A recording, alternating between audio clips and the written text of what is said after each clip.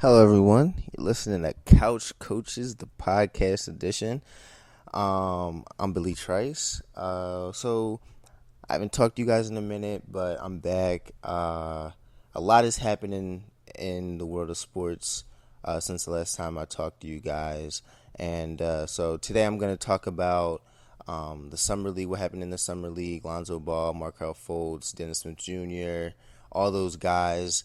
Also, I'm going to talk about the different free agents, where they landed, that type of thing. And then if we have time, I'm going to talk a little bit about football, get into the NFL a little bit, talk about my birds. I haven't talked about them in a while. Training camp's coming up for everybody, so we're definitely going to we might, if we have time, we're going to get into that. All right, so to start it off, Lonzo Ball's been the talk of the talk all summer league. He won MVP of the summer league. I don't know. Everybody's making it such a big thing that he won. Like, look, most of these guys in the summer league aren't even gonna play on an NBA roster. Who cares if he won MVP? Who cares? It's really irrelevant. It's so and everybody's talking about his stats and how well he's played. And to be honest, I feel like his stats are gas because Lonzo's played the most minutes out of anybody, out of all the top prospects. He's played the most minutes. So I feel like his stats are a little gas. He had two triple doubles, but I don't see him doing that in the NBA level. I see him being an average player. That's just what I see. Now I'm not gonna say he's played bad and he hasn't shown me a few things and he hasn't looked good, but he has. But then he's also looked really bad at times too. So we'll just have to see. Also, since we're going to talk about Lonzo Ball, we got to talk about his shoe choice. That's what everybody's talking about. So he wore Big Baller Brand for the first game. Then he wore a pair of Nikes. Then he wore a pair of Adidas. Then he wore a pair of Jordans. I think this kid is smart. And I feel like he's opening his options and basically creating a little bidding war out of the brands to see who wants to give him the best deal. And I see, and I feel like this is a nice way of him pulling away a little bit from his dad and being his own man and growing up a little bit. I'm really happy to see this. I'm glad that he's doing this. I'm glad that he's just not not saying it's a bad thing for him just to ride with his dad and just be a part of the family, but try and do something on his own and separate himself and be his own man, because I feel like that's important, and especially an important step for him being in the NBA. And before he even got in the NBA, the talk was just about his dad and not really him. So I definitely feel like this is a good thing for him, and I think it's going to end well. I think it's going to end well. But so let's talk about Markelle. He got hurt. He hurt his ankle after the first summer league game in Las Vegas. But when I was watching him again, he looked all right. He didn't look like a first overall pick to me. He's not getting talked about like a first overall pick, but it is what it is. He didn't look bad. He had some good games. He is a shooter. He can shoot. But I'm still skeptical about that kid. I just don't know. He plays for my team, the Sixers. I want him to do well. I want him to be a great player. I want him to be this guy that everybody says he's gonna be. But I'm not sold yet, and hopefully he can sell me. Hopefully he can. But it's nice to hear that those guys, Joel Embiid, Ben Simmons, all them guys are in the gym working every day, and it's nice to hear. And I think that the Sixers will make the playoffs only because, especially how like the East has gotten so weak because of free agency and stuff like that. So I definitely see the Sixers stepping up and being a premier team. Also, the Brandon Austin from Philly, he balled out in the summer league on the Sixers. I liked him. Also, Josh Hart, I thought played pretty well on the Lakers playing with Lonzo Ball. I thought he played pretty well too. So there's a few guys who weren't top tier picks. Brandon Austin was a undrafted free agent, but Josh Hart was picked 30th. He was the last person picked in the first round. He played well. But yeah, Brandon Austin, he went to MOTEP. good player, man. He really actually played well against Lonzo Ball too, in the summer league. So he surprised me. He played pretty well. I don't see him making the team, but he was a standout star. Also, Dennis Smith Jr. from NC State, who he's on the Mavericks. Man, that guy's a baller. He can really play. He can really score. The thing about him coming out of college was, he took plays off and he wasn't as motivated all the time, and he wasn't. You didn't always see him going his hardest every play. And when I watched him in the summer league, I'd see him going hard every play. I definitely feel like that's not a problem anymore.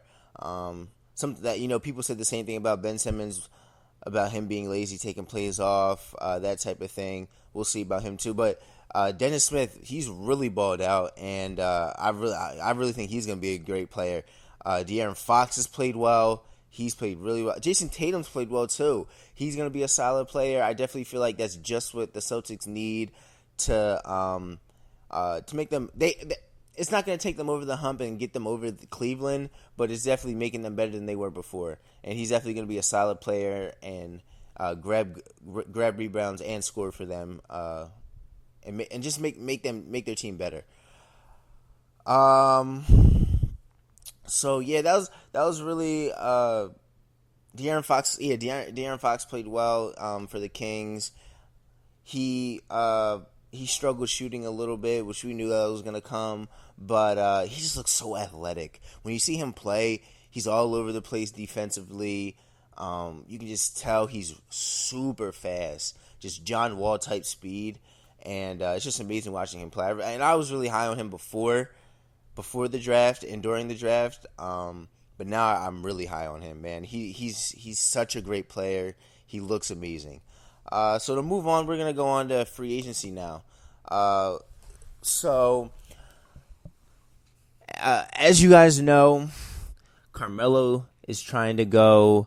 Is trying to get out of New York. The only two spots he said he'll go to is Cleveland and the Rockets. Mind you, the Rockets now have Chris Paul, who they have Chris Paul and they have James Harden, and now they're still trying to get Melo. So everybody's questioning that big three, whether it will work, and people are questioning the big two right now, Chris Paul and James Harden.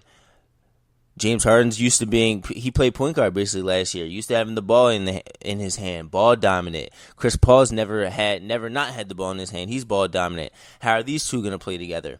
My thing is, look, you got to just do it. You got to see if it can work. Look, LeBron and D Wade didn't know if it was going to work between them, and Chris Bosh didn't know it was going to work between all three of them, but they just did it and tried it. D Wade was used to always having the ball. LeBron was used to always having the ball. It was the same thing. Most of these guys when on their different teams, are used to having the ball all the time. That's just how it is when you're the top tier players like this and you're trying to come together. But they found a way to make it work. So I think James Harden can find a way to make it work. I feel like Chris Paul can find a way to make it work because these guys both want to win.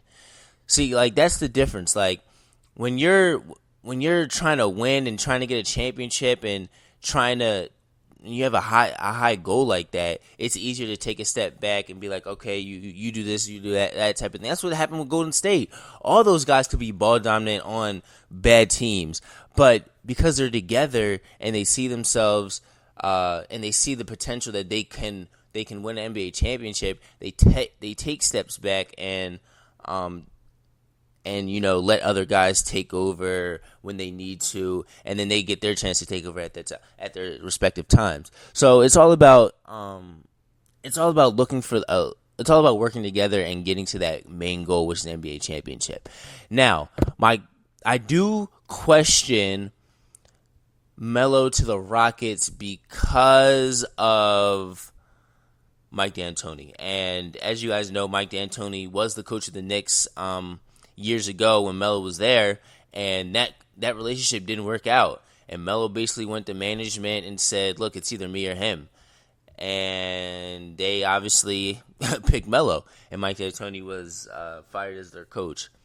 So I don't know. I feel like if things start to go wrong down there in Houston, those tensions and stuff are gonna come back up again, and it might not. And I don't know if it's gonna be the best thing.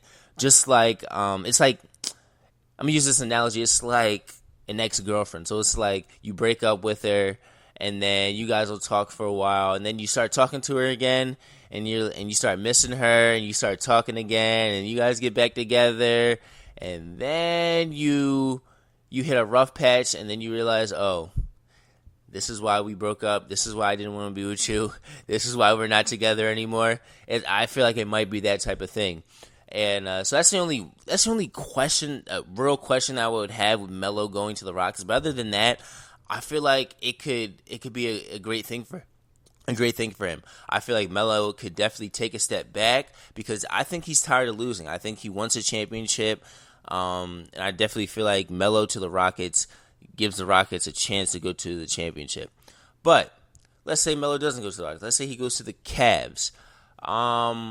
I feel like that'd be the best. I feel like that'd be a good fit. Not the best fit, but I feel like that'd be a good fit too. It'd be definitely an easier route. If Melo goes to the Cavs definitely go to the finals easily. Boston's not stopping them three. Boston is not going to stop Melo, Kyrie Irving, and LeBron James. That's not going to happen. They don't have nowhere near enough. They can't even stop them now, and they don't have Melo. So there's that. But I think Cleveland's skeptical and just not ready to pull the trigger on that, and weren't ready to pull the trigger on that because of that age difference of Melo and Kevin Love, and how Kevin Love's younger and Melo's older, and that type, and Melo's not going to get you as many rebounds as Kevin Love, but Melo's going to score. Like, there's a lot of questions about Melo. Like, is he going to be able to take a step back type of thing? So I think Cleveland's really worried about that. They don't know if it's really going to work with him being there. So it's there's some questions in the air, but I definitely feel like in Melo's case, the easier route is going to Cleveland.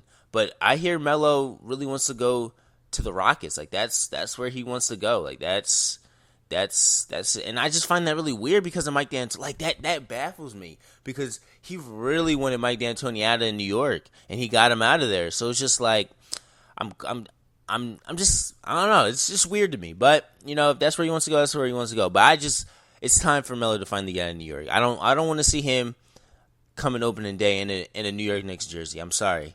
It's just his time. I just need to see Melo try to win and be a winner. I feel like people are down on him because they feel like he's just trying to get a check and he's just in New York for the money. And that might be the case, but I don't want that to tarnish his career because, he decided to stay in New York. I feel like Melo is a good player, still a top scorer in this league, and I don't want his whole career to diminish because he can never be on a good team. So there's that. So also big moves was Jimmy Butler to Minnesota. That was a big move. I think Minnesota. I don't think they're gonna be. They're definitely gonna be better than they were, but and they lost Chris Dunn in that trade. Chris Dunn and Zach LaVine, so they're both in Chicago now. Minnesota's gonna be a better team. They're gonna be a playoff team. If they're not a playoff team, there's definitely something wrong. You gotta look at coaching or something like that. Or you gotta look at the players. Maybe the players just aren't like there's no way they can't make the playoffs this year. And I know the West is stacked. I know you got a lot of teams in the West, but Jimmy Butler, Karl Anthony Towns, Andrew Wiggins, that's a big three, technically. So you got to find a way to make the playoffs if you're the Timberwolves. Also, you got Paul George on the Thunder now with Russell Westbrook. Hey, look, this is Russell Westbrook's second chance. This is his time. This is his time to see if he can play with another superstar. If he can take a step back and give the ball up and share and make teammates better and make guys better around him. This is his second go-around. So we're going to see what happens. Hopefully he can find a way to share the ball, take a step back, and just be a better team player. Not saying, he's a selfish player or anything. Like, I understand why he did what he did and took over, a lot of games. Because, he's the best player. He was the best player last year. He was basically the only player. But as a point guard, your job is to make your team better, make your teammates better, and create wins.